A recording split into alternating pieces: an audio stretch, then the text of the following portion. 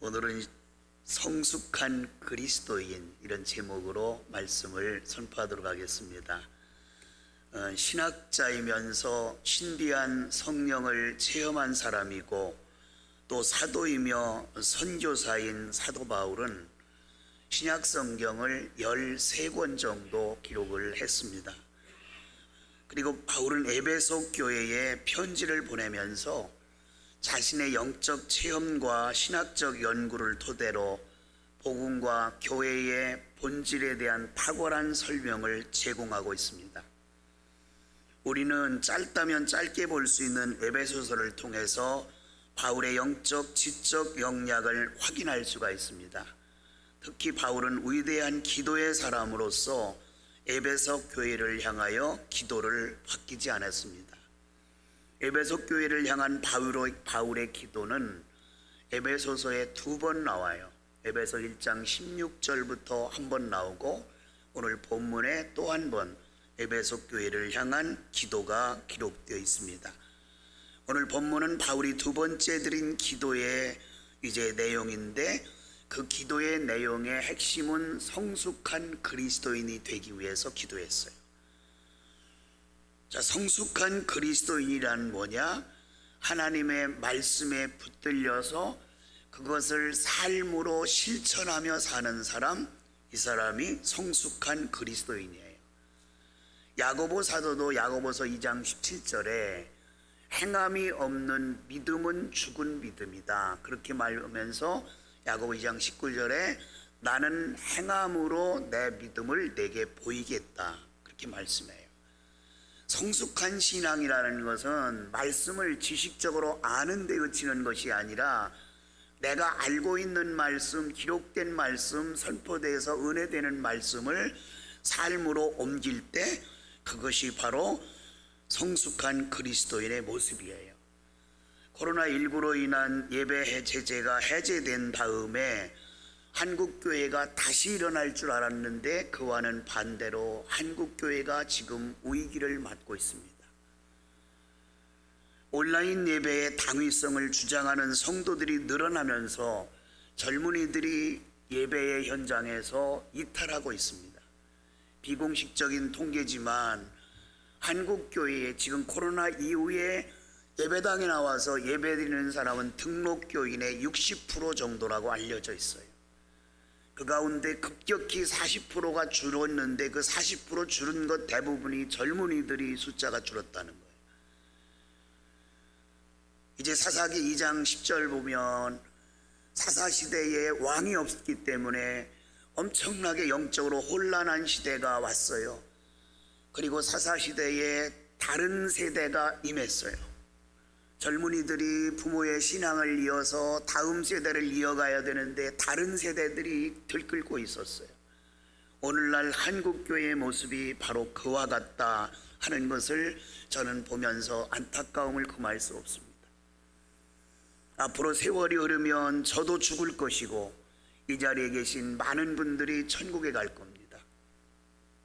그 후에 우리 자녀들의 신실한 신앙을 가진 다음 세대, 즉 이루어가야 할 그런 신앙의 세대들이 이어져야 되는데 다음 세대가 아니라 하나님을 알지 못하고 하나님을 생각하지 못하는 이전 다른 세대가 이어질 것을 생각하면 참으로 가슴이 먹먹합니다.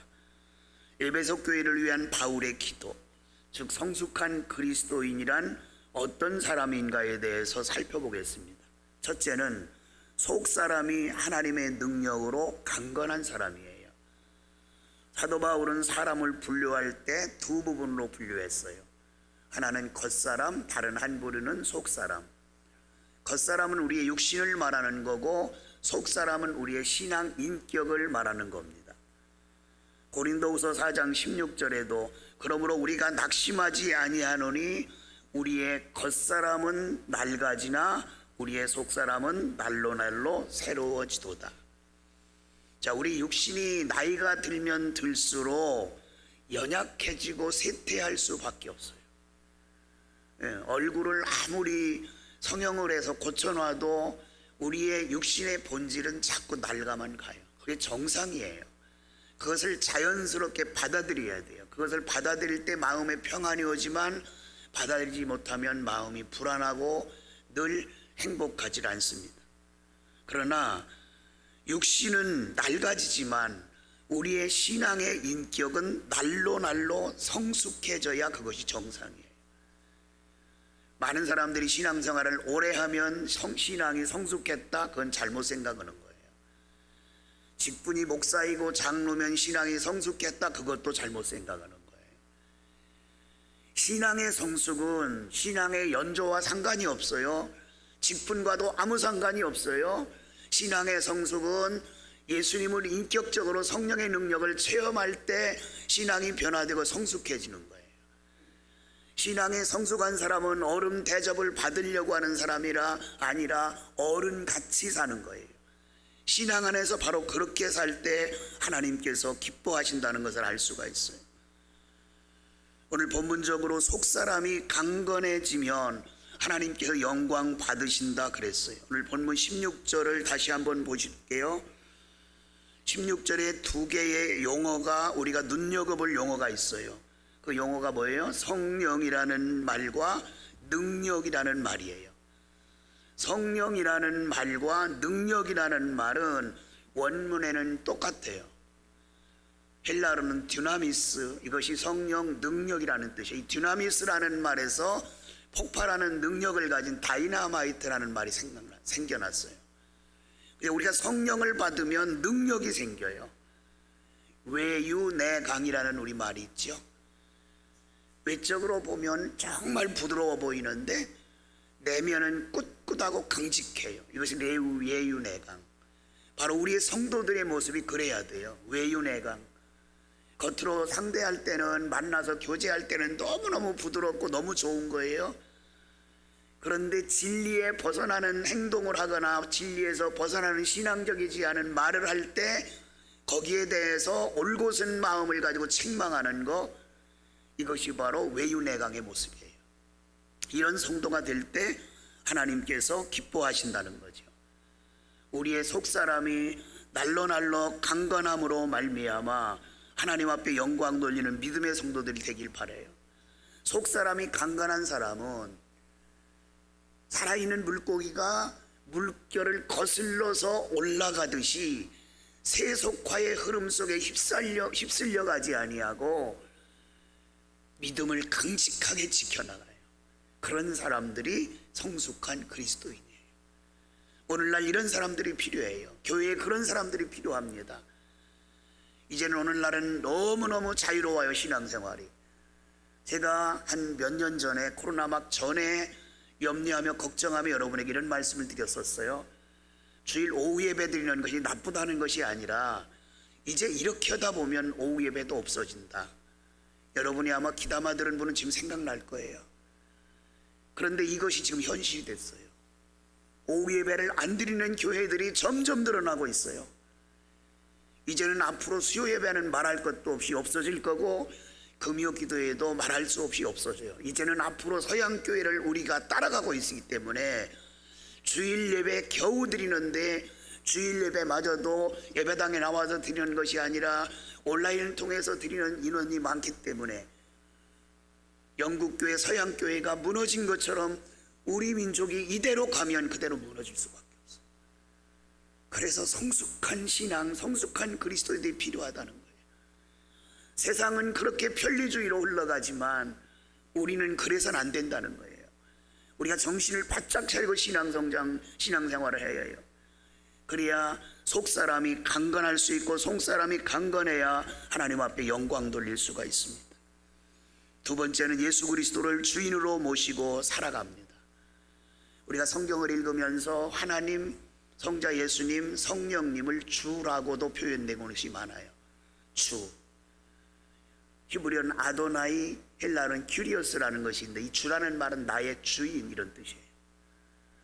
하나님을, 예수 그리스도를, 성령님을 나의 주인으로 삼고 살아야 돼. 성령님을, 예수 그리스도를, 하나님을 나의 주인으로 삼고 사는 사람, 그 사람이야말로 하나님을 영화롭게 합니다. 본문 17절에 보세요. 믿음으로 말미암아 그리스도께서 너희 마음에 계시게 하옵시고. 여러분, 우리가 그리스도라고 하기 전에 예수 그리스도 이렇게 말을 해요. 예수님은 예수님이 본 이름이에요. 자기 백성을 저의 궤에서 구원할 자, 이게 예수의 이름이고요. 그리스도라는 말은 직책이에요. 왕에게 선지자로서, 왕으로서, 구세주로서 역할을 감당하는 그 직책을 그리스도라 그렇게 말해요. 그래서 우리 마음속에 예수 그리스도가 주인으로 계셔야 돼요. 주인으로 계실 때 우리는 하나님께 기쁨을 드릴 수가 있어요. 예수 그리스도를 내 주인으로 모시면 내 삶, 내 마음대로 살지 않아요. 주께서 무엇을 원하시는지, 주님의 뜻이 무엇인지 먼저 생각하고 주님의 뜻대로 살려는 그런 의지가 강력해져요. 자, 우리가 주님의 뜻을 알 수 있는 방법이 있어요. 크게 두 가지예요. 하나는 기록된 성경 말씀을 통해서 주의 뜻을 알 수 있어요. 또 하나는 성령의 깨달음을 통하여 주님의 뜻을 알 수 있어요.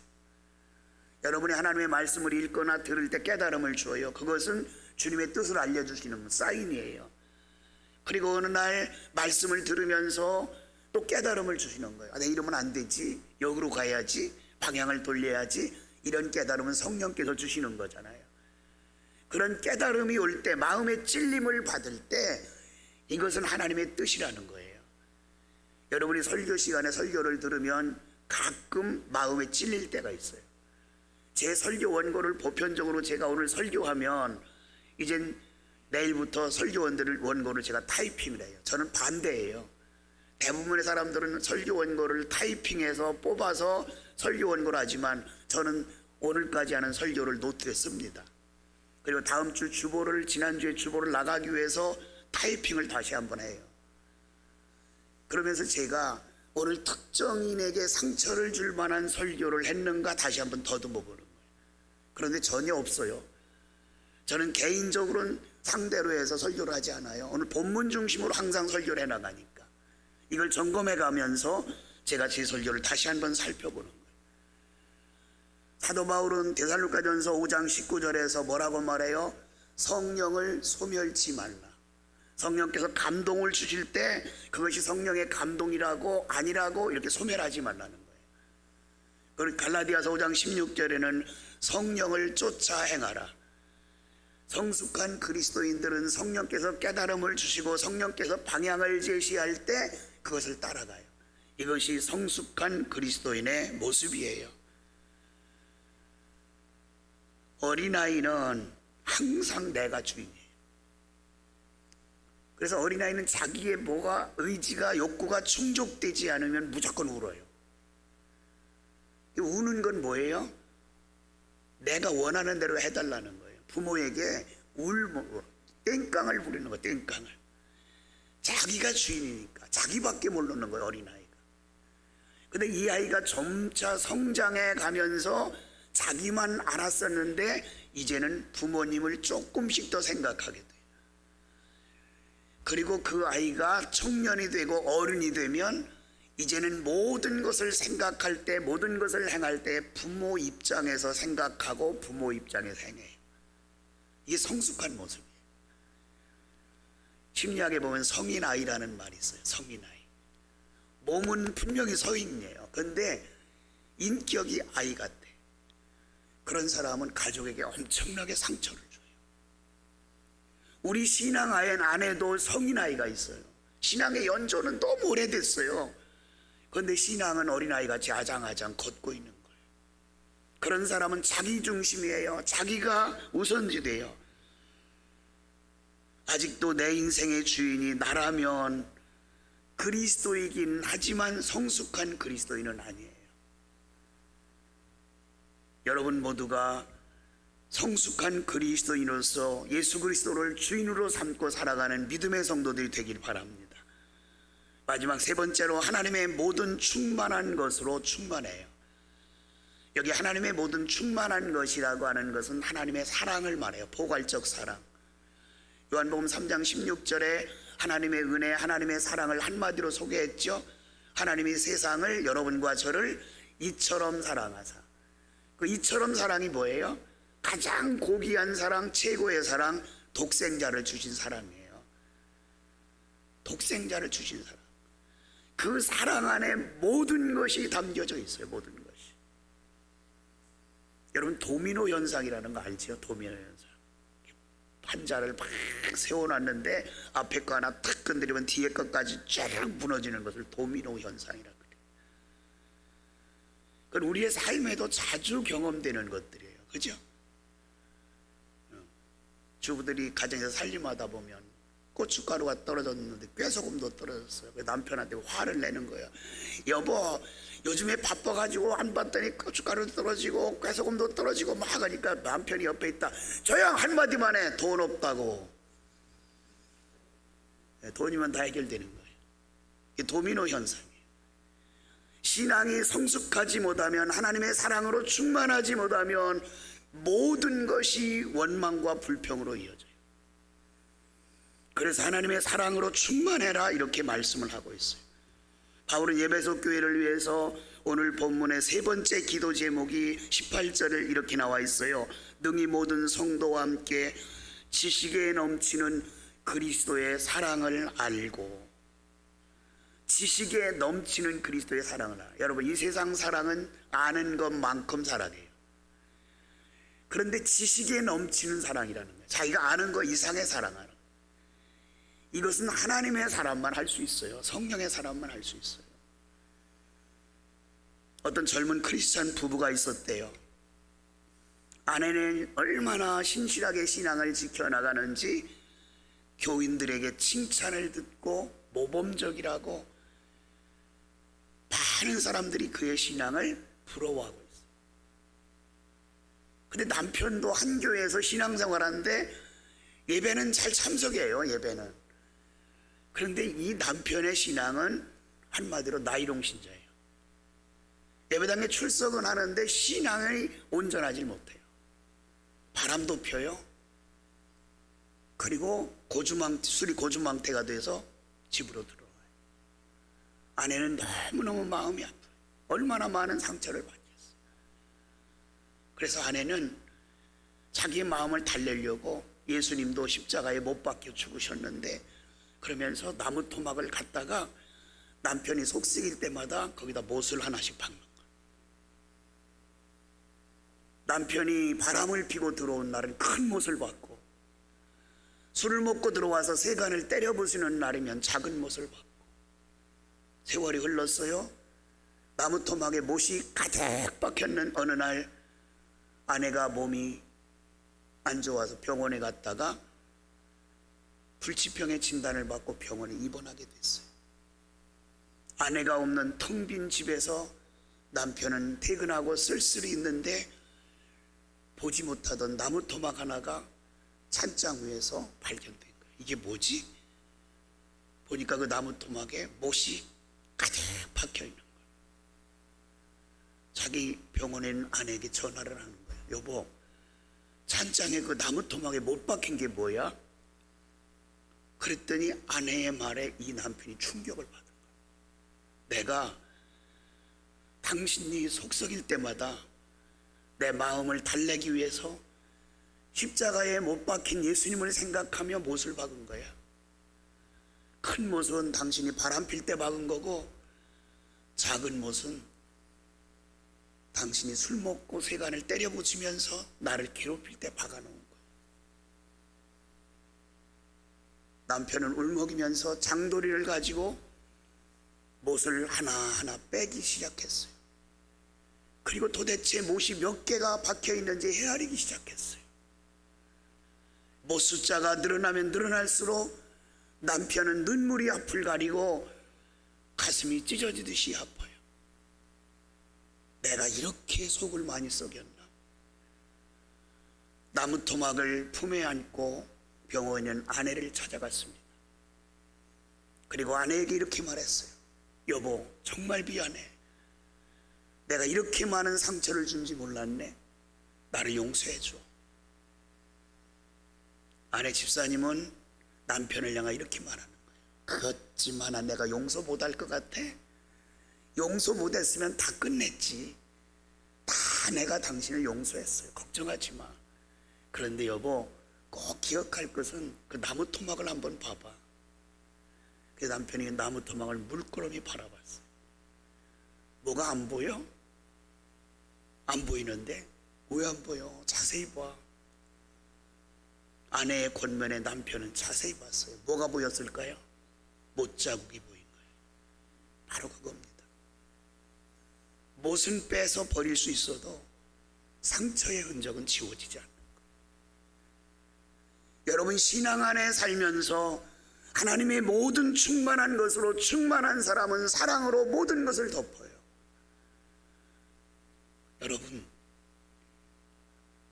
상처받았다는 말을 많이 들어요.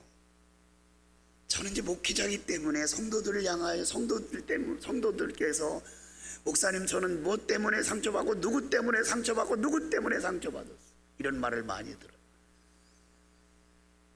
제가 상처 안 받는 방법을 알려드릴 테니까 따라서 하시겠어요? 따라서 하실 분 한번 손 들어보세요. 아이, 그 손 들기 싫으면 그만두세요. 상처 안 받는 방법은 안 받으면 돼요. 집어 던지면 돼요. 아직도 이해 못하겠어요? 상처를 누가 줄 때 그것을 받지 말고 집어 던져버리세요.